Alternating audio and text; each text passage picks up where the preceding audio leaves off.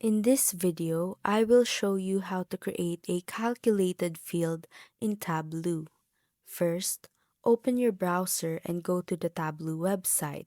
Go to the left side of your screen and hover your mouse over the Explore button.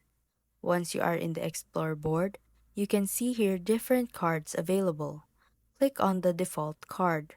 Then click again on the Sales for Admin Insights card, and then once more on the Executive Summary card.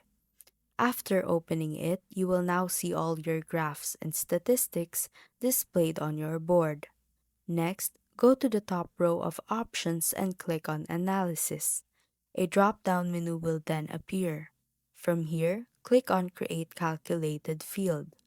A pop-up window will appear where you can name and customize your calculated field. You can add formulas, edit how it appears, and preview the results as you go. Once you are done customizing, simply click on the Done button to save your new calculated field. And that's how to create a calculated field in Tableau.